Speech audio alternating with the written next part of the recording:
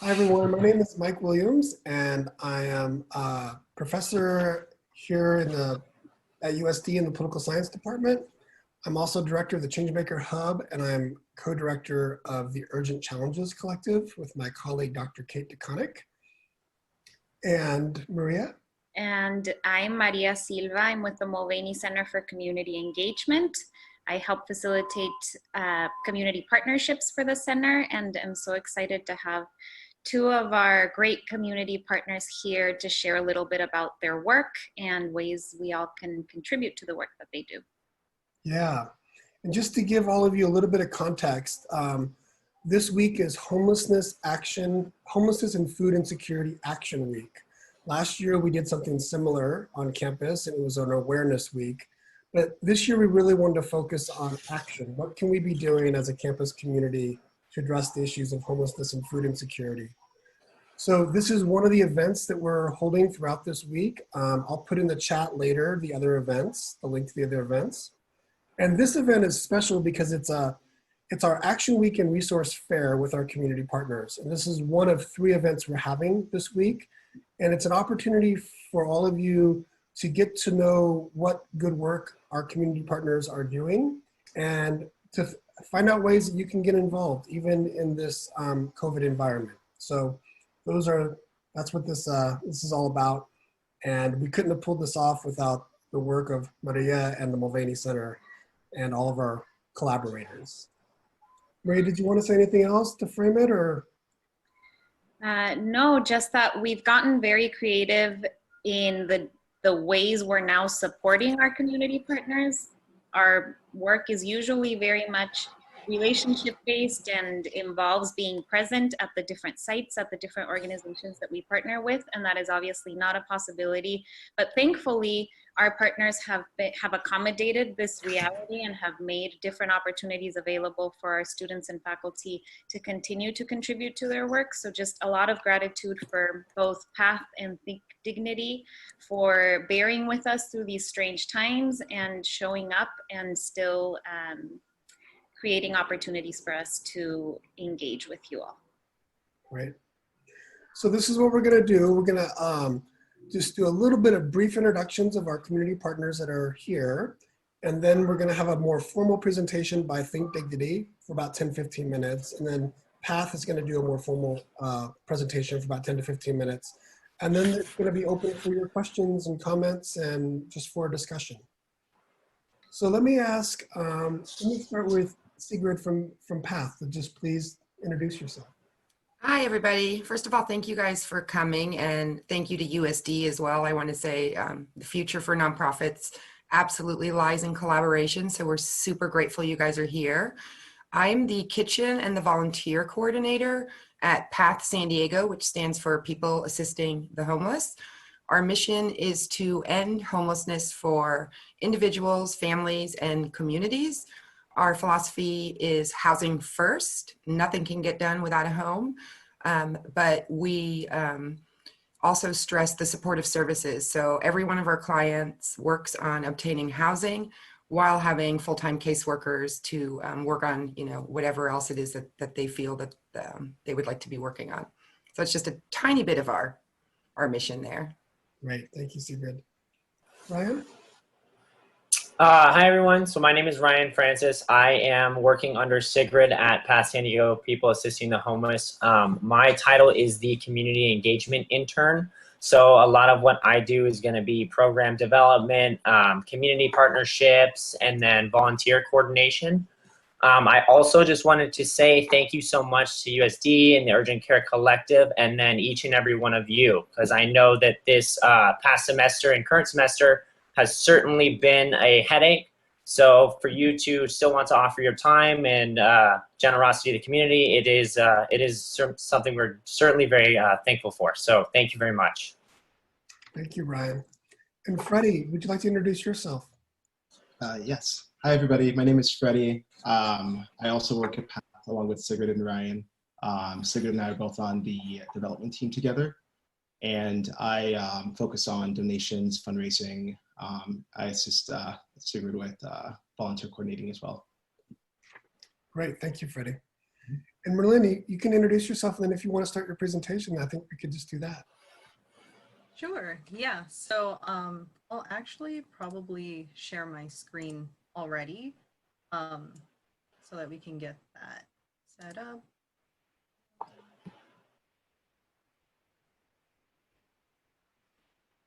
Okay, so hi everyone, my name is Merlin Watanabe. I'm the Programs and Operations Manager at Think Dignity.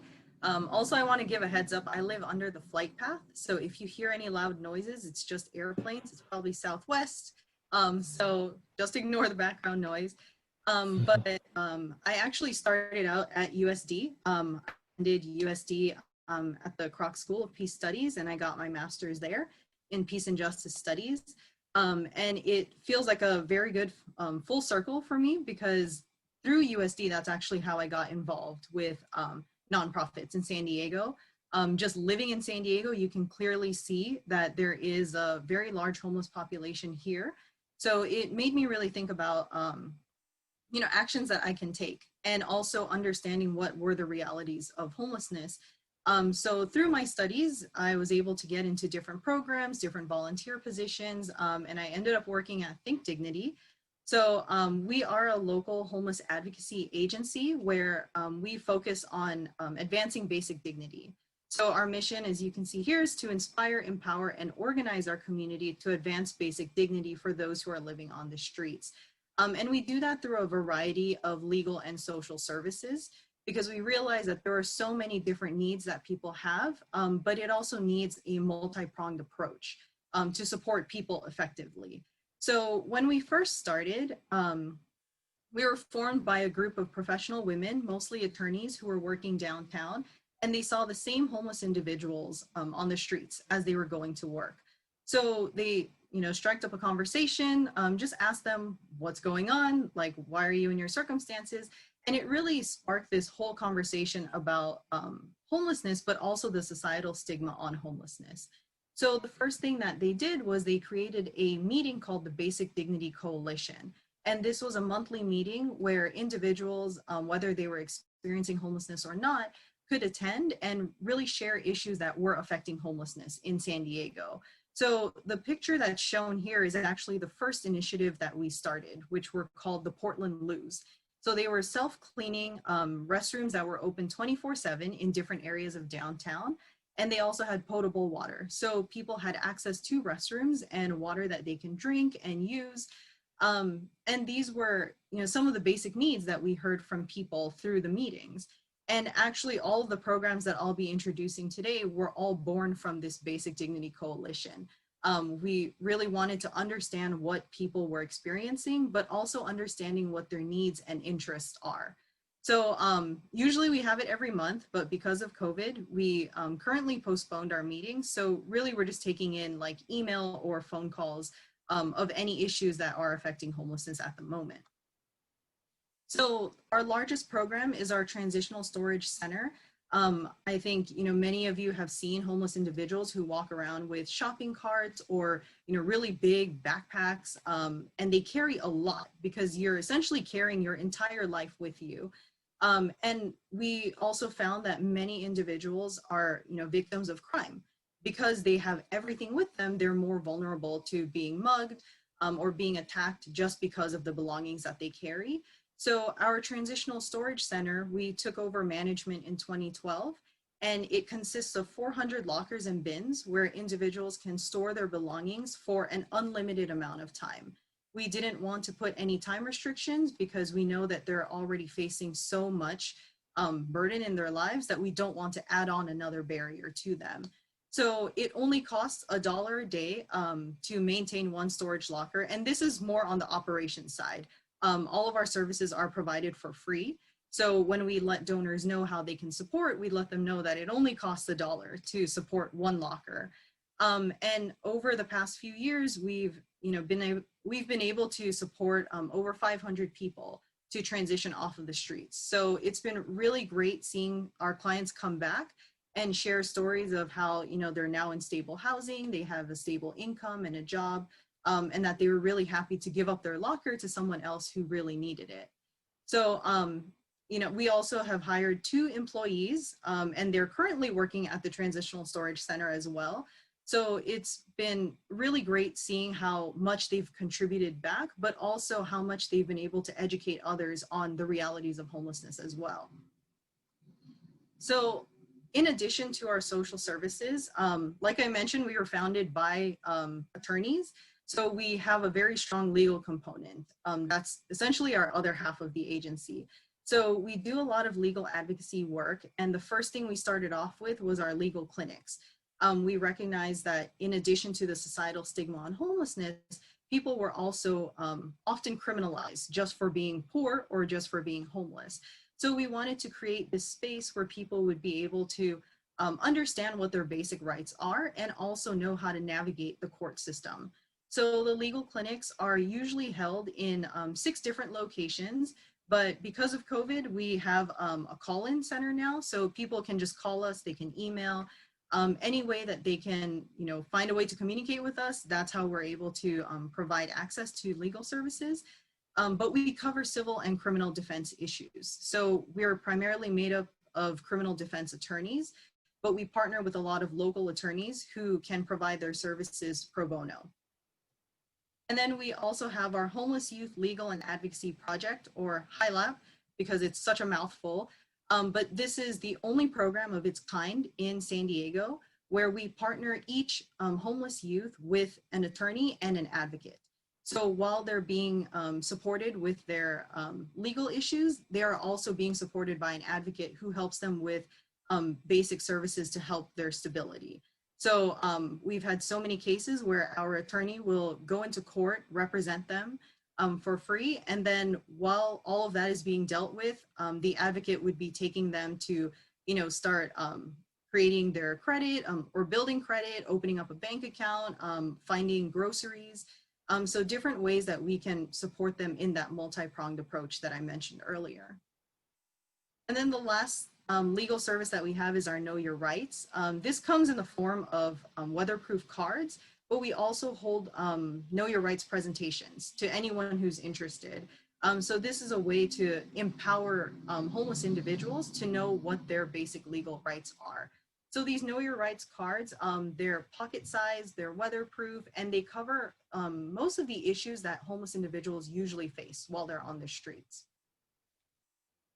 So going back to our social services, we have this thing, I think older people know what Mod Squad is, and they know that it's like a TV show, but for us, Mod Squad is our mobile operations of dignity. So we started off with our mobile showers because that is the one need that people talk about often. It's always access to showers. So we bought this small unit. It has 2 shower units inside. And we go to 10 different sites all throughout the county, and we provide everything. So anything that you use in your shower, we have it. So towels, shampoo, soap. We've had people who come in giving haircuts. We've had massage therapists before, but we really try to provide this well-rounded service while also inviting partners to come with us on site so that it becomes a resource hub for people who come by. Currently, our showers are temporarily closed because of COVID. Because COVID is, it is a disease that's passed through the air. We realize that being in a small shower unit is not safe.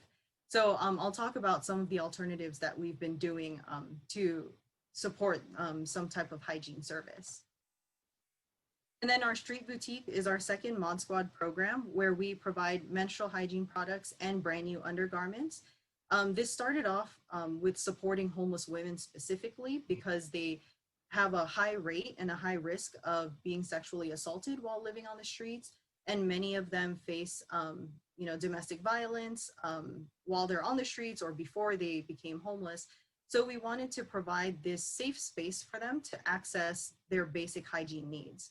And then now the Street Boutique is currently expanding so that we're more inclusive and that we can support any gender or any sexual orientation as well. And then our Street Cafe is our last Mod Squad program where we provide nutritious meal options. So we wanted to focus on nutrition insecurity because we know that many homeless individuals have different types of dietary needs. So we found ways to also rescue food so that we're reducing food waste in San Diego, but also providing nutritious meal options to homeless individuals.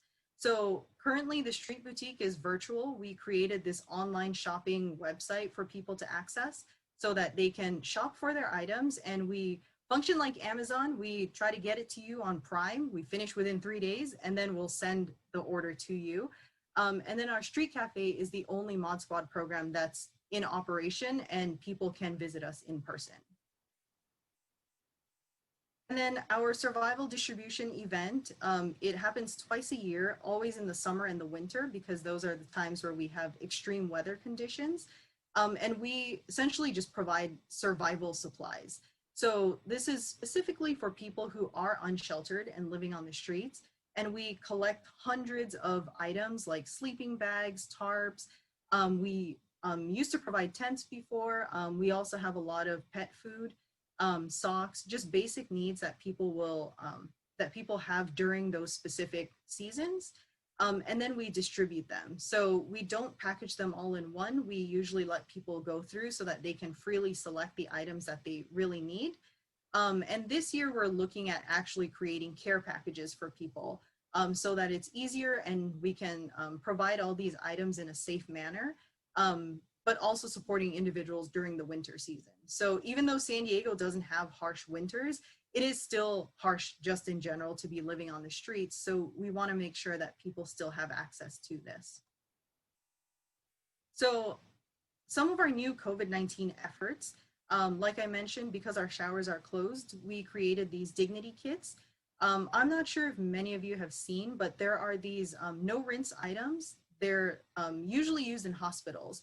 So people who go through surgery and are unable to move, they have no rinse shampoo caps and no rinse bathing cloths, where it already comes with a shampoo, soap, water formula, and you don't have to rinse it off, and it won't be sticky. So people are able to use these items and get the same experience as taking a shower without having to go to a water source.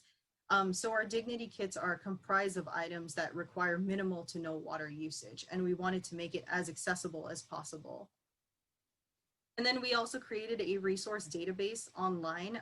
It's a very comprehensive list of resources that are available specifically to homeless individuals during this pandemic. So it's already really difficult for people to access a lot of services because the pandemic has forced many agencies to shut down or modify their services drastically. So we wanted to create this, very easily accessible database where people can use it through their phone or a computer, and they can find all the services that are available throughout San Diego County. So this is still an ongoing list. We update it every week. And we also try to find out, some services that might not be from a nonprofit, but are valid and are really good for people to use. And the last thing that we created was our mask distribution. So we've had incredible donors who gave us over 10,000 masks to provide. And we've been packaging them with resource packets so that while people have access to masks, they also can easily get a resource packet for available services during this time. So, so far we've distributed, I believe, over 3,000 masks, and we're still going with that, still trying to collect more. So we want to be sure that people do have access to these necessary items, especially during this pandemic. So there are many different ways that people can support.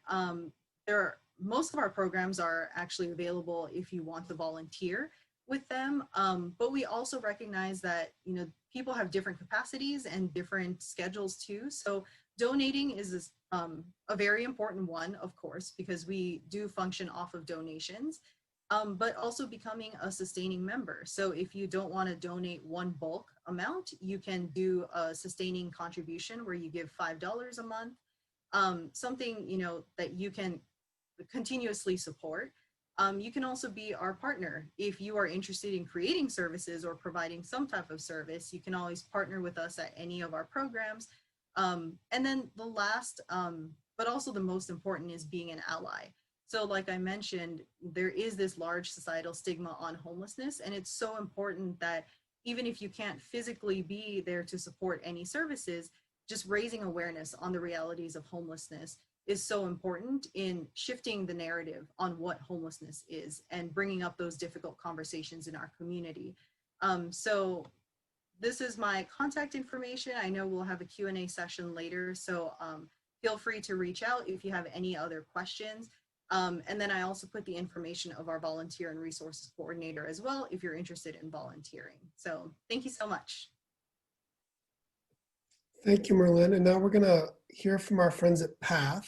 And I would just remind the students to please, whatever questions or comments you have, please put them in the chat for us. That'd be great. Sigrid, are your slides ready? Yep, I'm trying to load them on. Marilyn, did you stop sharing? Yes. You did. Okay, there we go. Hold on one second.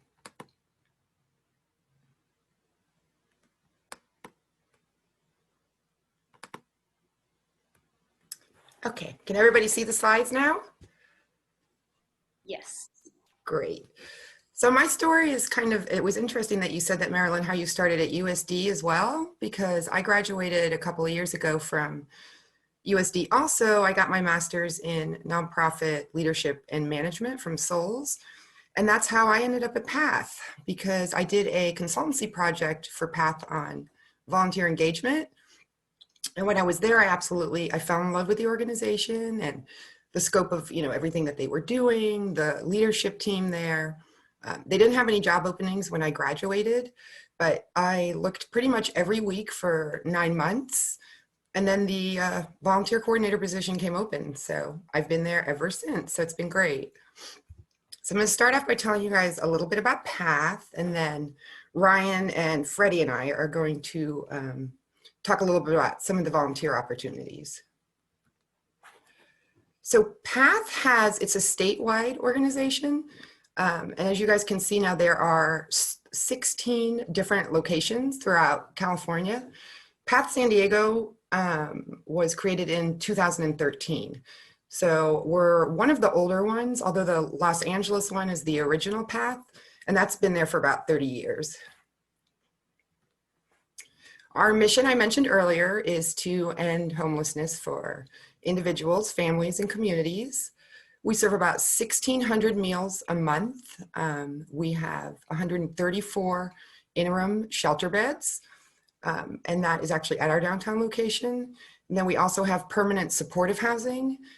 Some of it is downtown. We also have one in Mission Valley, which is an all veterans housing facility. And then we have another one that's downtown, which is only permanent supportive housing, which is just a couple of blocks away from our 6th Street address. And on average, we are transitioning, I can't see the exact number there. Freddie or Ryan, can you help me out? It's 3 to 4 individuals per week from the streets into a secure dwelling. Thank you very much. Everybody's faces are covering that, so I wanted to make sure I got it right. So we have our PATH Depot. The picture that you see there is actually the building where we are downtown. There's 20 plus agencies that we collaborate with. We're working on everything from like housing assistance, healthcare. We work with family health centers. Alvarado Parkway Institute works with our clients if there's substance abuse, any kind of mental issues. They're on site, which is really, really great for our clients. So, when they come into the building and they need help, they don't really have to face that barrier of, oh, well, here you go. Here's a great place for you to go. Let me give you a referral. Everything is on site. And that's one of the things that we pride ourselves on. I actually gave a tour yesterday to some university students from a different school. And one of the young men said to me, boy, this place it's like a city. And I'd never thought about that, but it's really interesting because everything is on site. It makes it really easy for residents to access everything. We have the veteran services I mentioned, employment services, legal aid will come to the building once a month as well. Our housing first philosophy is really important, and I think I mentioned that for a second in my intro. Really, we recognize individuals experiencing homelessness, they have to have housing and basic needs met first. There's a lot of different views to homelessness, and how do we solve it? Like, how do we fix this? And some are like, well, I mean, I really have heard people saying, well, if you get a job, then you could do it. Maybe you should stop doing drugs, then they'll have a house. But at the end of the day, if you are not housed, nothing else is possible. Every single person on this earth deserves a home. So Path Connections Housing is strategically designed to create those long-term solutions. When people, a lot of clients will start out on our shelter floor. I mentioned earlier, 135 beds. Even when they're then housed, they will continue working with their caseworkers, because there's going to be a lot of things that people want to work on to get to where they want to be. So we basically are meeting clients where they're at. We provide full social services, and as I mentioned, it's on site. Our interim housing is also known as the shelter housing. So we serve over 500 individuals per year, acting as a safe haven for clients who do not have access to permanent supportive housing. They provide case management, housing navigation, employment services. We have an incredible kitchen. We partner with an organization called Urban Angels. It's a social enterprise. They run their for-profit catering company called Urban Taste in our industrial kitchen, which is in the basement. And in exchange for a free space, freezer, rental, trash removal, everything, they completely run the kitchen, take care of all the meals, keep the health inspection forms current, and make sure that every resident is getting breakfast, lunch, and dinner. Permanent supportive housing will provide housing and case management on-site as well as off-site. I mentioned some of our other our sites throughout San Diego. We have Veterans Employment Program, which is providing services, guidance, and support in reintegrating homeless veterans into meaningful and sustainable employment. Most of the caseworkers that are working in our veterans program will stay with their clients for an average of 1.5 years to 2 years. So even once people are employed, that doesn't mean that the relationship is over. People are there to support for a while, so people don't start feeling, clients don't start feeling isolated. Our rapid rehousing program provides short-term rental assistance to provide long-term sustainable housing for veterans and civilians alike. Our whole person wellness program was a pilot program, and that is actually been very interesting. So referrals are coming from the emergency rooms throughout San Diego. A lot of people that are on the streets will use the emergency room. So they're, the pilot program was started, let's put it this way, because of the fact that it's very expensive when people use the emergency room and they don't have insurance. So really the program is to look at if we are getting referrals from the hospitals on homeless individuals that are currently using the emergency room system over and over, and then we start working with them, place them in the shelter and find them housing, what is the effect of that on emergency room usage? So far that's been working really well. It's a 3-year pilot program. All the data isn't in, but we're hoping to expand that program. Now we're going to talk a little bit about our volunteer opportunities.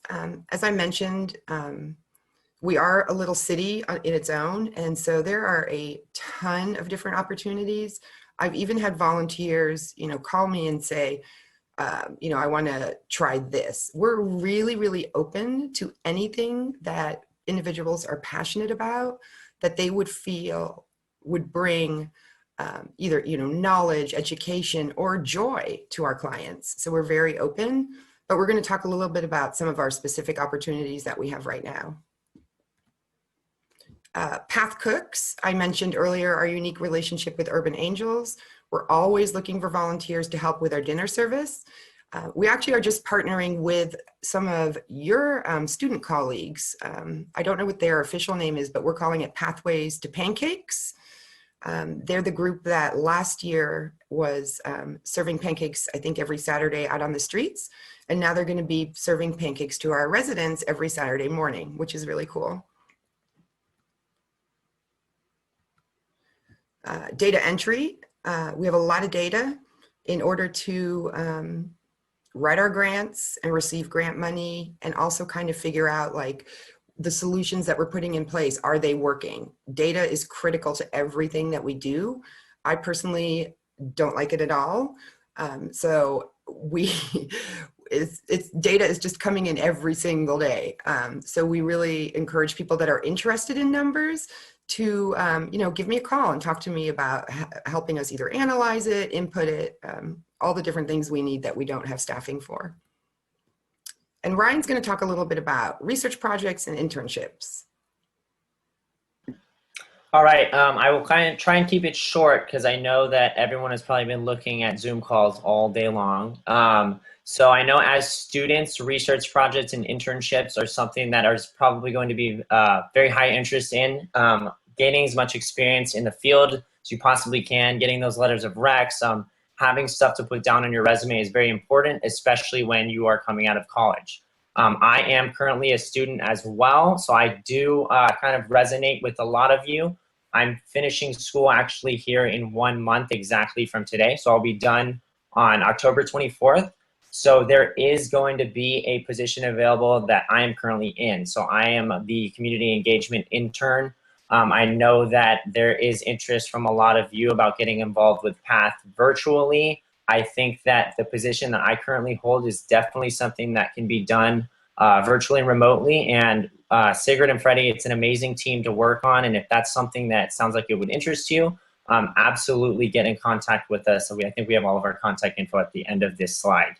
As well, on top of that, I know that Mike had mentioned he is a political science teacher. So one of the projects that we're working on right now is a political awareness voter registration project. So we're trying to get each and every one of our clients to get registered to vote, and then also kind of give them information and educate them on the policies that they're going to be voting on. So if you are a poli-sci student or something like that in a related major, and this sounds like something that would interest you, it is something that we are definitely going to need help with. The election is quickly approaching on November 3rd, so this is something that we're trying to kind of get done before them and get distributed out to our clients. Obviously, they are homeless people, so a lot of the policies that we do vote on are stuff that they kind of don't really have interest in.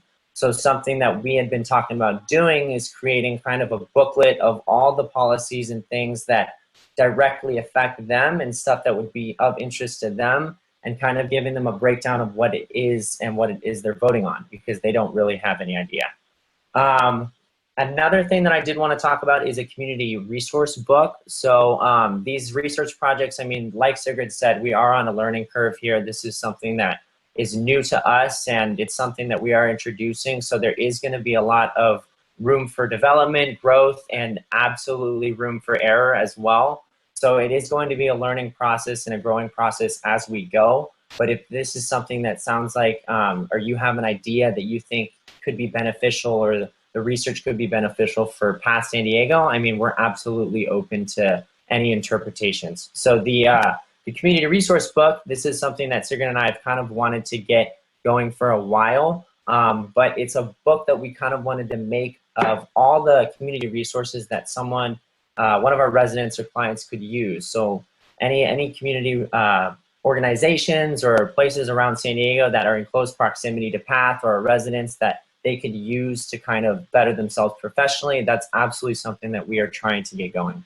So yes, if there's any of you have any ideas or any interest in internships or little projects that you think could be beneficial for PATH, absolutely let us know and get in contact. Great, thank you, Ryan. And Freddie, Yeah. you're gonna go from here. Yeah.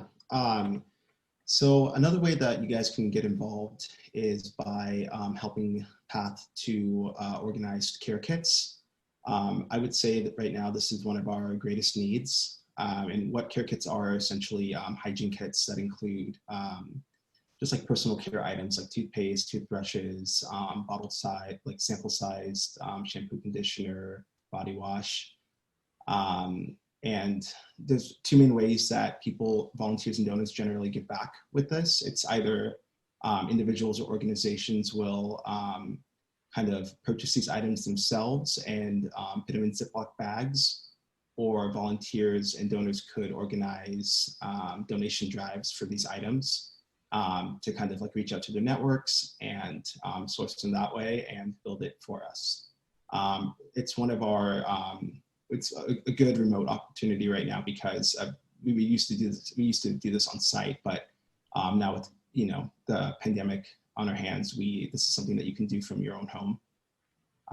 And these are really quick on the last slide. So the main reason why these are so important to us and our clients is because it's something that our outreach workers use to help build relationships with potential clients that are going to be getting enrolled into our interim program. So this is a tool they use to kind of, they meet people that are experiencing homelessness out where they are, and brings items like this to help build a relationship and form trust with those people, just to, show them that we care and that we're here to help them. And yeah.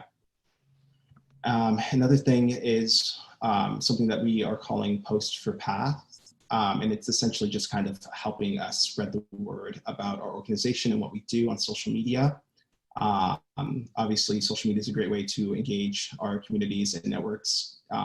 And we have a digital toolkit built for this specifically, just for sharing which content to share and the verbiage to use and all of that. We could really use the support on all of the social platforms: Instagram, Twitter, Facebook, and even YouTube. Path Talks. I believe Ryan or Sigrid, are you going to take this one? Sure.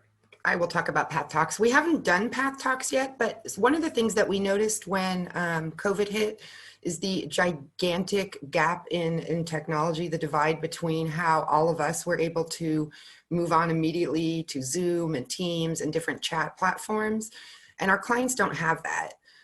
So the sense of isolation in the beginning and the depression that I saw actually in the shelter and on the floors, and people sharing with me, they're inside, and we're still being very, very careful, and they're being very careful. There's no Wi-Fi upstairs. People have to go down to the computer room. Most everybody does not have their own computer. So we really thought, how can we bring some of the outside world back? We're not doing in-person groups right now. So we created what we're calling Path Talks. And we thought, how fun would it be if people wanted to virtually record themselves doing a nutrition workshop, a meditation session, a virtual bingo. If you have a band or some friends that put music together and you sing, a concert, a comedy skit, a magic show, it can be literally anything and everything that would bring a smile to our clients' faces. Because we do have a room downstairs where we could pull a TV and then hook monitors up to it. It could either be via Zoom, or we could do it if you did a video, we could show the video. But it would be a really nice way to show clients, look, there's still people, everybody still cares, and everybody's thinking about you. Obviously, we can't come on site anymore, but this is a different way to show you care. And again, this is, like I mentioned before, we're super open to anything that's cool and beneficial. Art and decorations, we were just talking about tapping into your creative side. You can create artwork for us to use in welcome home kits. We can use it in the depot. We can put it up in the cafeteria. Just projects, again, to let clients know we're all still thinking about them. And the last thing, real quick, because I don't want to take up too much time, is just resource donation drives, food drives, welcome home kit drives, underwear, ice cream, cereal, whatever you think you might enjoy or need in your life, we enjoy and people need in their lives. That's it. In our hopes of building a better and safer world, if our hopes of building a better and safer world are to become more than wishful thinking, we will need the engagement of volunteers more than ever. That's by Kofi Annan. Thank you guys for listening. That is great. Thanks to both the Think Dignity and the PATH teams to present.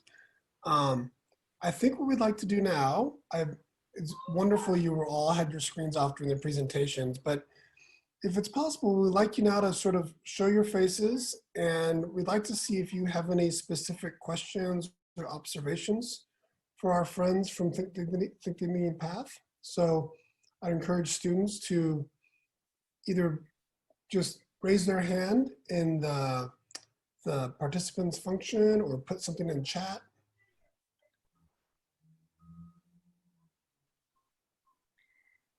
And I can start us off with a question for both Path and Think Dignity. You're so close to the folks that are experiencing homelessness, that are living on the streets, and I imagine you understand the experience I know that you understand the experience way better than any of us do. And I'm curious if any of the work that you do has helped influence policy change in any way at the city or county or state level, as our policymakers are thinking about better ways to support folks living on the streets? And if so, are there ways for our students to get involved in some of that research or policy work, or any kind of civic engagement that we should be aware of around the populations that you serve? Yeah, I think one of the values that we actually have is a lot of advocacy. So our attorneys not only provide legal services, but they also do a lot of advocacy work. So one of the first efforts that we did was, in order to get the Transitional Storage Center, it was actually through a lawsuit against the city of San Diego. And that's how we were able to get the storage center up in operations, because many homeless individuals are ticketed for having their belongings on the sidewalk or for sleeping on the sidewalk, and there isn't an alternative for them. At the time, there was no place where they could put their belongings. So you had individuals who were, going to their jobs or trying to go to appointments, and when they'd come back, their belongings were disposed of by the city. And so there was a lot of back and forth on, whether these policies were effective, like who is it really serving? And through that lawsuit, actually, then the city created the first transitional storage center. So I think that was one big example of how effective advocacy is, especially when you see policies that are unjustly affecting a certain population. So that's something that we've continued to do. During this pandemic, we've signed on to so many letters, calling for the moratoriums on evictions, to not only address current homelessness, but also addressing people who are on the brink of homelessness too. So I think one of the most important things that people can do is to find out if your community has some type of coalition, or if it has, some type of like activist group, but also maybe checking in with different nonprofits to see if they also are running their own advocacy efforts, or if they're signed on to different letters or movements, and seeing how, maybe when you volunteer with that agency, you can also work with them on their advocacy efforts as well. So in San Diego, there are so many different options, and because homelessness intersects with so many different issues as well, you can be in any field and get involved in some way. So even if you're not working with homelessness directly, I think you can certainly find a way that your cause can support the end of homelessness as well. I hope that made sense. Yes, thank you, Merlin. I think speaking for Path, I'm actually going to let Freddie take this in a minute, because I think this is kind of his specialty. He's very politically active and knows a lot more actually than I do. But we at Path have a really strong statewide policy advocacy team with, a director. That's all they're doing, is they're out in the community, they're going to Sacramento, and they're really pushing for the changes that are critical to making sure everybody does get housed, whether it's, more affordable housing units, working on crazy zoning laws that don't make sense anymore, food justice issues. So as far as that goes, there are definitely always opportunities to get involved with that, including what Ryan had mentioned earlier about doing research. But Freddie, if you want to take this one, because I know you are very politically active with some of these groups. Yeah, so as far as kind of like having direct interaction or change with like policymakers and policies, our organization has really good ties or good relationships with the mayor and candidates and our council member. So we're usually in the front of their minds when it comes to kind of how they can address homelessness and make just changes that we need to happen here in San Diego. Another way that we was mentioned earlier was just checking in with other nonprofits and seeing how they're doing and how with just kind of what efforts they're making to help reduce homelessness. Personally, I'm in a group called YIMBY. It's YIMBY Dem San Diego, so it's a pro-density and housing advocacy group. So we've been really fortunate, myself actually, to be able to be in a job where I'm able to kind of, utilize the other one to help support each other. So just recently we opened one of our new permanent supportive housing unit sites in East Village, the Link. And we were able to have volunteers from YIMBY to be a part of that and help furnish the new units for our clients that were moving in just 2 weeks later. Another thing we recently kind of started off the ground up was our outreach program. So we have our normal outreach team. We also have enhanced outreach, and that kind of came from a conversation with one of our council members last year. Before we had only one outreach worker. His name is Jesse, and now it's kind of expanded to a whole team because of just like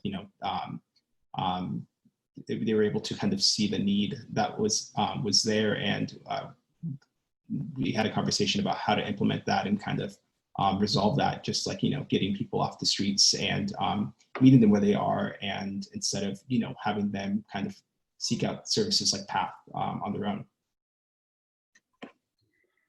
Thank you, both of you. I know with the elections coming up, policy and systems change at that level is on many of our minds. So thank you for sharing that and for that work. I think Elizabeth has a question. Yeah. So I was just wondering, I know like with school going on and everything, some of us might be like busy, but we would like maybe like to look into internship opportunities. So I was just wondering if these opportunities are always available, or is it something that only is open like when the position is open? Yeah, for Think Dignity, we're a really small agency, so we don't really have any like formal internship positions because our needs always change. So generally we can take on about 1 to 2 interns per semester, and it's a very flexible position. So we just call it an internship position, but it really can be adjusted based on your interests. So if there's something that you are interested in and you feel like it could be a really good addition to Think Dignity's efforts, or if it's something that you want to like hone your skills on, then we essentially build the internship from the ground up to see what best works for you. Yeah, I would say pretty much exactly what Marilyn was saying, in that the internship that Ryan has right now for community engagement intern, that one is definitely, minimal, like 10 hours a week. There's a job description that goes with it because that's such an integral part of us being successful in the volunteer department. But other internships are absolutely built upon interest and time. So we're very flexible. We realize, well, the world is completely different than it was in March, but even before then, as a student, people are very busy. Some people have jobs and are going to school. We're grateful for really any kind of interest that people show in helping our population, and absolutely are willing to work with anybody on anything that will benefit our clients. Yeah, so to stem off, sorry, Freddie, to stem off what Sigrid said, just to kind of give like an example. So recently we set up a student named James. He goes to a school up in LA. It's an engineering school. It's called MUD.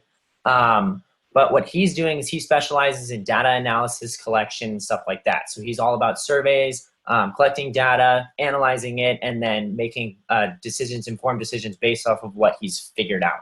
So what he's doing for us, and it's completely remote, as I said, he goes to a school up in LA, so he's working with us remotely. And what he's doing is I'm kind of being his connection to PATH clients, and he's going to be giving out surveys and kind of analyzing the data that he collects based on the survey. So this would be an instance where he reached out to us, we got in contact, kind of evaluated his strengths and what he wanted to get out of something, and then turned it into a project. So that's, I think, what kind of we're saying, where there's a lot of room for interpretation and a lot of room for growth. And if there's an area that you specialize in that you think there is a foundation for a research project or study there, or even an internship if it's big enough, then we're definitely open to interpretations and getting that set up. Yeah, and I just want to piggyback off of what Sigrid and Ryan said. Just if you have any idea as to what you want to do as far as internship goes, you're more than welcome to pitch it to us. In the past few years I've been at PATH, we've only had like 1 or 2 interns at a time. But especially just everything going on right now, we're definitely interested in hearing or just getting more people involved in figuring out what works best for them during their schooling. Thank you all. A quick question for Thank you. Merlin that had come through the chat box. Do you know how much off the top of your head, how much the shower kits cost? Yeah, so our Dignity kits, it costs about $25 to make. Okay. So far we've distributed about 1,400, and I think we're able to about 1,500 in total, but when we like broke down all the costs, about $25. Awesome. Thank you for that. We have time maybe for one more question. Yeah. If anyone wants to unmute themselves or write it in the chat box.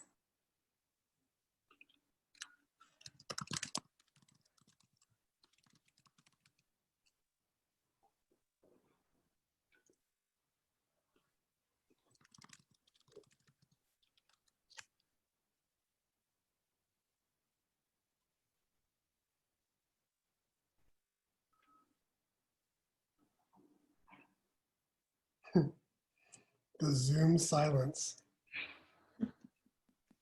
We literally have 2 minutes, so we have a little more than 2 minutes. We have a few minutes. What has been, for you, what has been the most difficult challenge making this pivot, doing this work that's so hands-on and it's so like interpersonal? Can you maybe just talk a little bit about the challenges you've been facing to do this work remotely? It's a great question for 2 minutes. I know, right? That's what I do. Let's see. I'll go as fast as I can. I think the biggest challenge that we faced was this moral dilemma of should we open our services or not? Because it puts people at risk, but we also recognize that without the services, people are still in need of many different services. So I think that's what we really had to challenge first, was understanding like how can we best support people without putting people at risk, but also without cutting off access to their basic needs. So it definitely was this like moral issue, and I think the entire nonprofit community was facing it too, because you have some services that were available to that were able to open, but then you also had others who were just like those other services who couldn't open. And I think, you know, you started to wonder like, how can we do it? Or is it possible? So I think that was certainly the biggest challenge that we had to face first before making our next steps. Yeah, and on that same token, the other side of it is keeping the volunteers wanting to come back and continue working with us. Yeah, and I also think, I mean, for me, I think one of the biggest challenges was making sure that, safety obviously was a big thing too, but making sure that clients understood that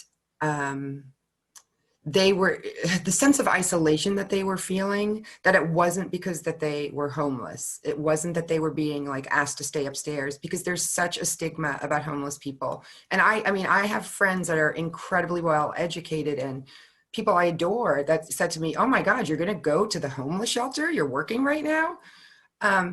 And I was shocked. And so that's that kind of stigma that's out there anyway. And then as people are homeless and they're staying in the shelter, when they first come in especially, that sense of isolation is huge. So how to deal with letting people know this, it's a pandemic. We've never faced anything like this before. It's not because you're homeless. You know, we're not asking you to stay inside. We're not doing groups because people are afraid of you. So for me, it was really a huge dilemma about making sure that our clients were very aware of the difference between, you know, the pandemic and the usual stigma they face as a homeless individual. Great. Wow, before we formally thank you, there's just a couple of things I wanted to share with the students and Maria as well, wanted to maybe share. We have a lot of events both this week and after this week that relate to homelessness. So there's the link. So please check out these opportunities to learn more about this issue and to get involved. Also, these two wonderful partners are part of our Changemaker Challenge this year. And our Changemaker Challenge is an opportunity for students and staff to engage on the issue of homelessness. And this year we did a lot of Zoom calls over the summer with both Think Dignity and Path, with the help of Maria and with JC, who you can see here. And we have actual real world questions from these organizations that they are grappling with, and they are looking for your feedback, for your ideas. So please go to the link, check out the challenge. You can get involved that way, and maybe your idea of addressing some of these important issues for our community partners, maybe they can become a reality in the spring and we can pilot some of them. So this is not just about the learning and the becoming aware, it's about taking some agency and getting involved. These are all individuals who are taking time, either interning or looking for job opportunities or joining groups in community. They're putting in the time to try to make a positive change. And that's what we're trying to encourage all of you to do. And then finally, before we formally say goodbye, we'd like to know what you think about this event. So there's a survey link there. You can just open it up and put it into your web browser, and you can fill it out when we're done with the call. But please give us your feedback on this event so that we can know how it worked for you. And so now, before I pass over to Maria, I just want to thank you, all of you, for coming, full of gratitude, not just for this call, but man, you've been just such wonderful partners with USD for such a long time. And I always learn from you, and I'm always inspired by your dedication and your passion. So from the bottom of my heart, thank you for joining us, and just thank you for everything you're doing in the community. Same, just want to echo our gratitude and our love to our community partners for doing the work and for helping us be a part of that work. And to our students, we know that a lot of this involves your responsibility and your role as students, but then we also have responsibilities as citizens. And with the vote coming up and the elections, look out for initiatives on that ballot that address homelessness in San Diego or in your home communities. Be mindful of who you're voting in local elections as well.